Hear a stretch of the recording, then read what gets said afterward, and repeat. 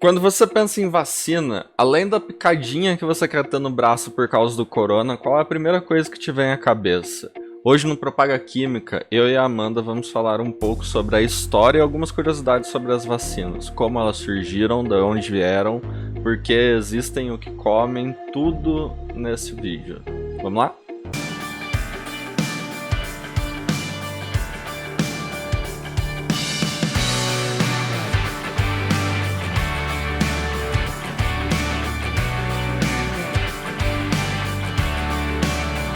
Ao perceberem que os sobreviventes de um ataque de varíola não voltaram a sofrer a doença, muitos povos tentaram provocar moléstia de uma forma mais branda. Os primeiros registros, então, de algo semelhante com o que a gente tem a vacina hoje, eles se dão nessa época e são chamados de varolização. Essa prática é semelhante ao que vemos na medicina veterinária e também é discutida recentemente, popularmente conhecida como imunidade de rebanho. Mas antes da gente começar o vídeo, o que é a imunidade de rebanho?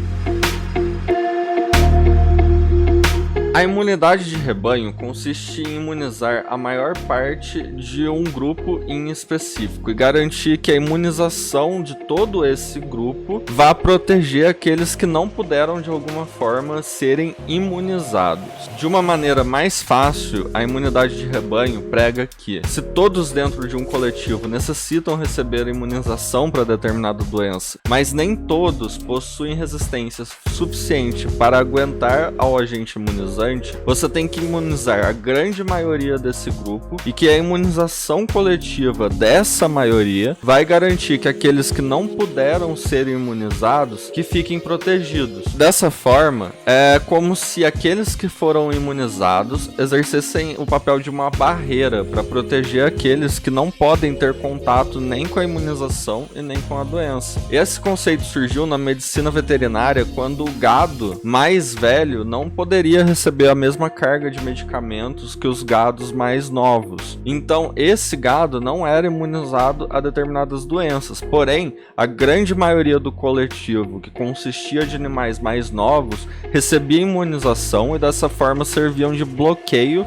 ou de certa forma resistência à doença chegar aos mais velhos. É totalmente diferente do que vemos hoje na discussão ao corona. Por quê? Porque quando se fala em imunidade de rebanho por infecção, você está partindo de princípio que, se todos se infectarem, você não tem o controle de quão forte a doença vai impactar nas pessoas de maneira individual e quais são os grupos que vão ser impactados pela doença. Por mais que você segregue eles, a sociedade nossa é muito complexa para garantir a imunidade de rebanho por contágio. Fora que o contágio descontrolado, que é diferente da imunização, ele é de forma análoga descontrolado. Então você não tem a capacidade de controlar os efeitos e os danos que podem ser causados individualmente a cada pessoa que se infecta da doença de forma natural, pois ela pode ser mais branda ou terrivelmente severa. Porém, você sabe quando surgiu a primeira vacina, quem criou, do que ela era feita e como ela era aplicada? Pois bem, a primeira vacina ela data por volta de 1796 e foi Edward Jenner que deu início ao que conhecemos hoje por vacina. Ele era formado em medicina e, após sua formação durante o período da varíola, em 1789 começou a observar que as pessoas que ordenhavam vacas não contraíam a varíola desde que tivesse adquirido a forma animal da doença. Edward Jenner então extraiu o pus da mão de uma ordenhadeira que havia contraído a varíola bovina e inoculou no menino saudável de 8 anos. No dia 4 de maio de 1796. O menino contraiu a doença de forma branda e em seguida ficou curado. Em 10 de julho, Jenner inoculou no mesmo menino um líquido extraído da póstula da varíola humana. James não contraiu a doença, o que significava que estava imune à varíola. Estava descoberta aí a primeira vacina com vírus atenuado que, em 2 séculos, erradicaria a doença. Como a descoberta de Edward Jenner surgiu de uma doença bovina, foi batizada como vacina, que do latim significa que vem da vaca. Jenner, porém, enfrentou sérias resistências. A classe médica demonstrava ceticismo. Os variolizadores fizeram ferrenha oposição. Grupos religiosos alertavam para o risco da degeneração da raça humana pela contaminação com material bovino. A vacalização ou a minotaurização, como foi chamada. E foi em 1799 que o imunizante chegou a Portugal, quando Dom Pedro, futuro imperador do Brasil, e seu irmão foram inoculados. E foi em 1804 que o Marquês de Barbacena trouxe a vacina para o Brasil, transportando-a pelo Atlântico por seus escravos, que iam passando a infecção vacinal um para o outro, braço a braço, durante toda a viagem. E a oposição à vacina jamais acabou. Camponeses franceses recusavam imunizar os seus filhos na esperança de que a varíola trouxesse alguma degradação física, que o tornassem inaptos para o serviço militar e, portanto, para a guerra. Agentes sanitários daquela época eram obrigados a pagar para conseguir voluntários que se deixassem inocular. Para muitos, a imunização causava repulsa, porque o fluido vacinal era conservado em jovens confiados à caridade pública, muitos portadores de doenças venéreas e outras moléstias. Foram registrados casos de sífilis, erípsia e hepatite B, e essa última nem ainda havia sido conhecida, associados à vacina.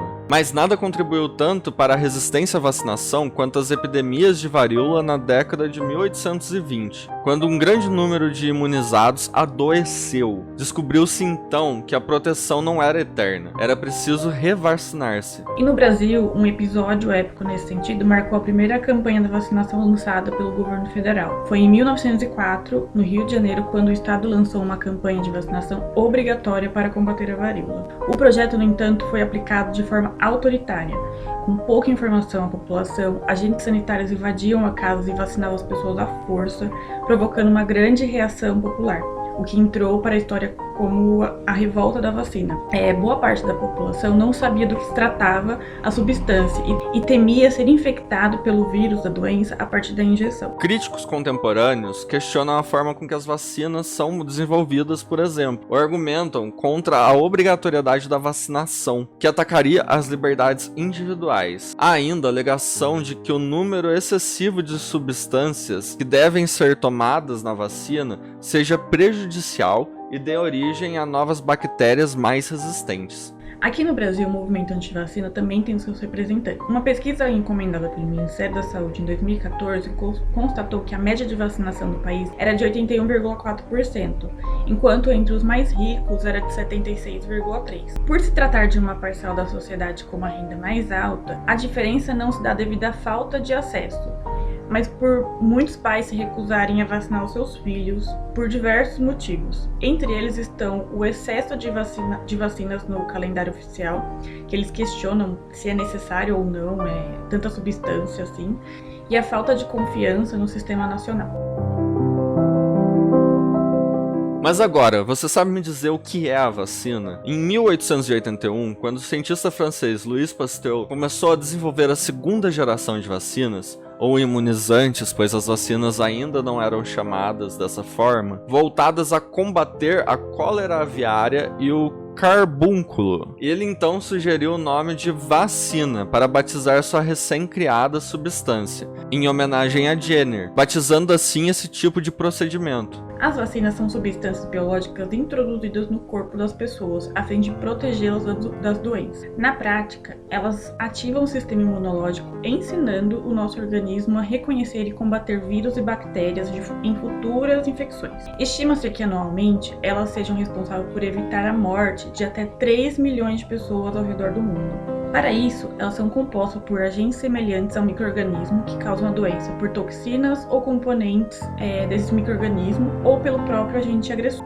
Neste último caso, há versões atenuadas, onde o vírus ou a bactéria estão enfraquecidos ou inativos. Ao ser introduzida no corpo, a vacina estimula o sistema imunológico humano a produzir anticorpos necessários para evitar o desenvolvimento da doença, caso a pessoa venha a ter contato com o vírus ou bactérias que são seus causadores. A aplicação de vacinas, em alguns casos, pode causar reações como febre, dor em um local determinado, ou no local da aplicação, e dores musculares. Hoje, as vacinas são consideradas ferramentas de maior relevância dentro das ações preventivas da saúde pública. A prioridade mundial é desenvolver novos produtos que tenham respostas imunológicas mais duradouras. Em publicações recentes na área de imunologia, foram enumerados pelo menos 200 tipos diferentes de vacinas em desenvolvimento no mundo para as mais diversas doenças. Mas existe uma diferença entre a vacina e o soro. A vacina é um meio de de imunização ativa. Isso é, o antígeno é introduzido no corpo de um ser sadio, fazendo com que o seu sistema imunológico produza anticorpos específicos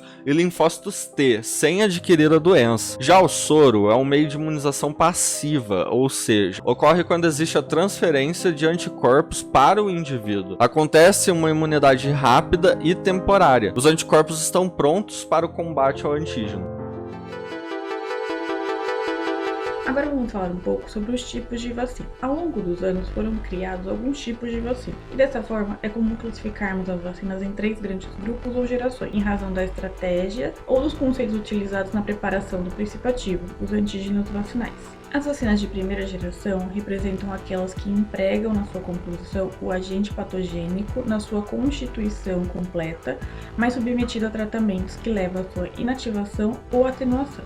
Nessa categoria também se destaca a estratégia em que o micro-organismo não patogênico derivado de outros hospedeiros são utilizados como antígenos para vacinas voltadas para o controle de doenças causadas por patógenos assemelhados. Essa abordagem é bem exemplificada pelas vacinas da varíola baseada no vírus Vaccinia isolado de bovinos e da vacina contra a tuberculose, que também emprega uma bactéria originalmente obtida de bovinos. A segunda geração surgiu com a noção de que, em alguns patógenos, a proteção vacinal pode ser obtida após a indução de anticorpos voltados para um único alvo, como uma toxina responsável pelos sintomas da doença, ou açúcares de uma superfície que permitem o sistema imune do hospedeiro neutralizar e eliminar a bactéria que de outra forma se propagaria rapidamente antes de serem notadas pelas nossas principais linhas de defesa imunológica. Neste grupo destacam-se as vacinas acelulares, que empregam toxoides, toxinas purificadas e inativadas por tratamento químico, proteínas e polissacarídeos purificados, como a antitetânica, antidiférica, hepatite B e as vacinas voltadas para o controle da meningite e da pneumonia. Por fim, a terceira e mais recente das gerações das vacinas parte de um conceito inovador que a diferencia de forma radical das outras gerações vacinais. Nessas vacinas, emprega-se a informação genética do patógeno responsável pela codificação de proteínas que representam antígenos relevantes para a proteção. Em geral chamadas de vacinas de DNA ou gênica, as vacinas da terceira geração foram descobertas de forma empírica no começo da década de 90, em testes inicialmente voltados para a pesquisa de terapias gênicas, em que se introduzem no hospedeiro genes que substituirão a informação genética defeituosa originalmente presente no indivíduo.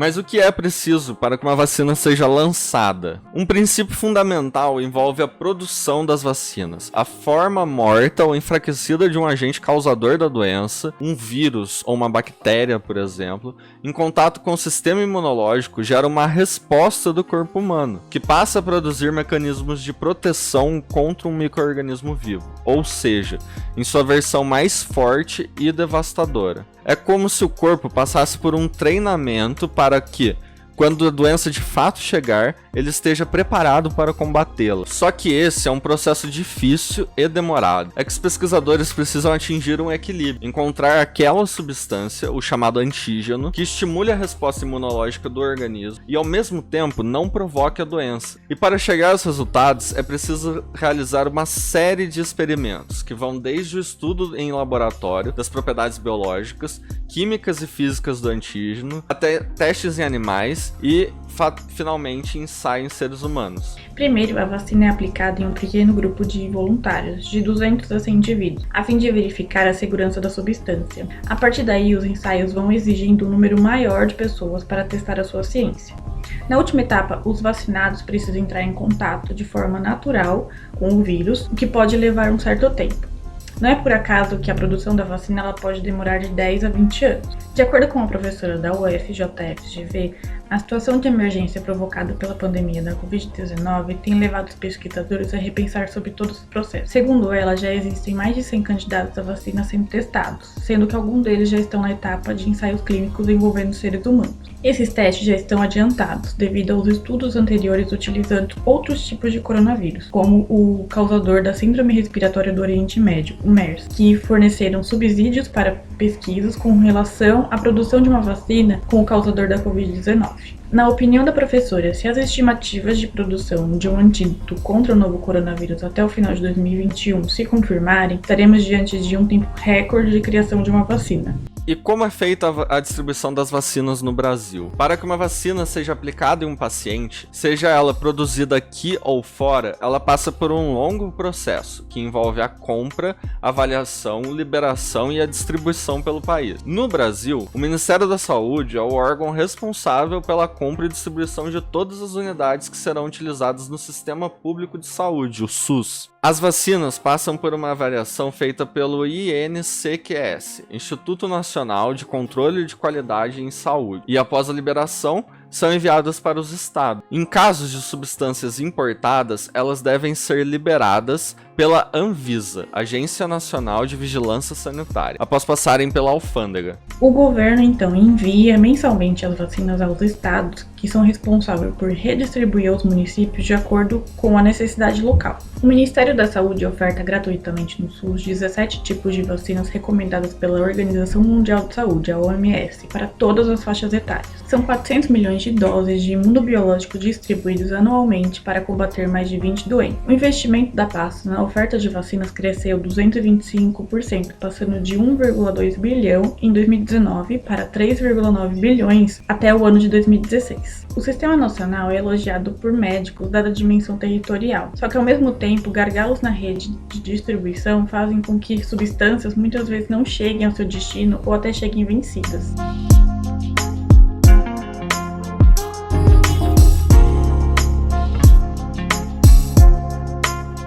Bom, pessoal, eu espero que nesse vídeo você tenha visto um pouco de como surgiram as vacinas, quais são as implicações que ocorrem para quando você precisa desenvolver uma vacina e, nesse caso, entendido um pouco do porquê demora tanto para que uma vacina feita vacina anti-Covid-19 seja produzida. Não esquece de deixar seu like, o seu compartilhamento é muito importante pra gente, se inscrever aqui no Propaga Química. Espero que se você tiver alguma dúvida, entre em contato com a gente e até o próximo vídeo. Tchau!